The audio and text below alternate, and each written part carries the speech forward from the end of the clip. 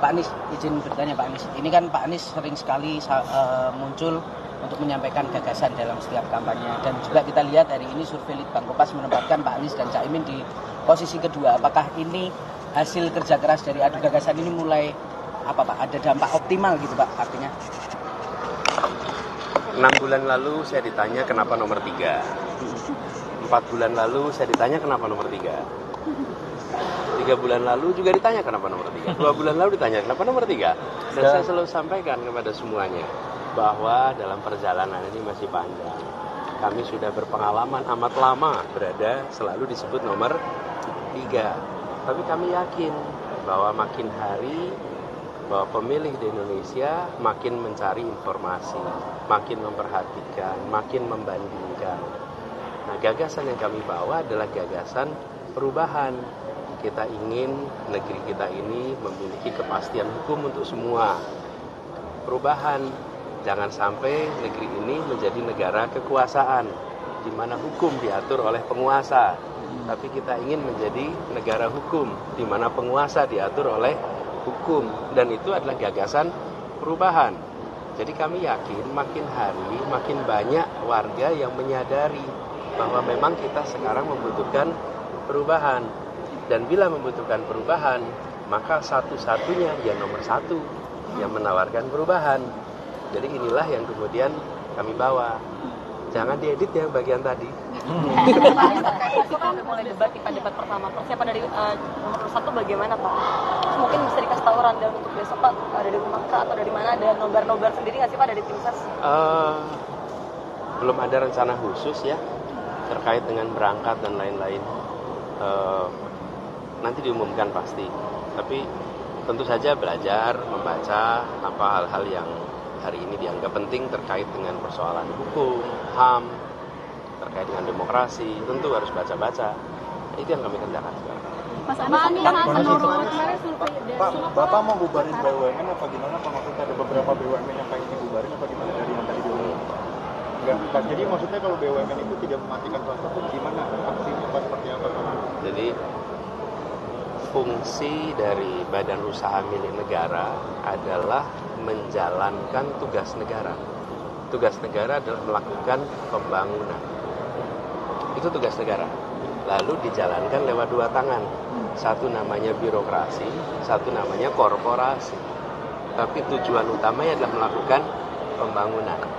Nah, hal-hal yang bisa dikerjakan oleh swasta, maka swasta bisa mengerjakannya.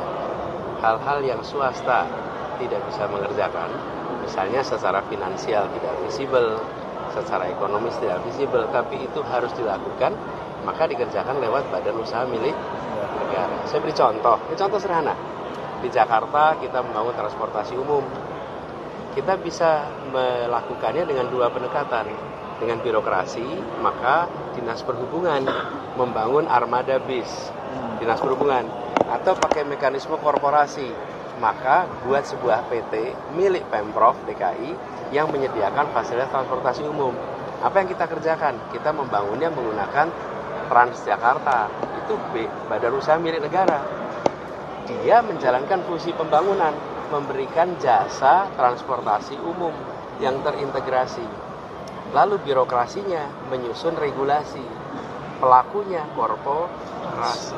Jadi BUMN akan terus hidup, akan terus berkembang, dan terus menjadi tangan penting bagi negara. Di sisi lain, kegiatan yang bisa dikerjakan oleh swasta murni, maka dikerjakan oleh swasta murni. Jadi BUMN malah justru harus menjalankan fungsi pembangunan. Itu diperlukan sekali. Jadi BUMN diperlukan karena banyak sekali kegiatan-kegiatan pembangunan yang harus dikerjakan pakai jalur korporasi, bukan jalur birokrasi. Tadi saya kasih contoh tuh, transportasi. Jadi kami malah mengharapkan nanti di dalam BUMN itu dibangun kultur meritokratik, dibangun kultur asesmen kinerja yang baik, sehingga BUMN itu menjadi badan yang sehat dan badan yang benar-benar menjalankan fungsi negara untuk melakukan pembangunan mekanisme korporasi. Jadi jangan pernah diartikan sedikit pun yang ekstrim seperti yang Anda tanyakan tadi, jauh dari situ. Ya. Pak Anies menanggapi Bang Kompas lagi tadi Pak Anies. Kan ini jumlah pemilih jumlah yang belum memilih ini kan 28,7%. Lebih tinggi daripada angka elektabilitasnya Pak Anies sendiri yaitu 16,7%. Apa yang Bapak akan lakukan terhadap jumlah pemilih ini gitu loh Pak? Sebenarnya kalau angka yang belum menentukan sikap itu masih setinggi itu, artinya angka yang muncul itu masih belum stabil. Jadi nanti menjelang pemilu, angka yang undecided makin hari akan makin menurun.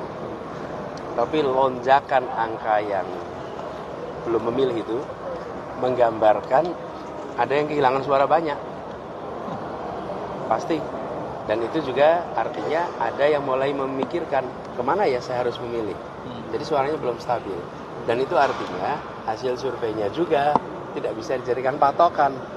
Karena kalau terjadi pergeseran yang signifikan dari tidak memilih kepada si A, si B, si C, hasil bisa berubah sama sekali. Betul ya? Itulah artinya kenapa hal begini itu baik aja untuk feedback. Tapi yang penting kita terus menjangkau semua, sampaikan gagasannya, dan mengajak kepada semuanya, silakan bandingkan.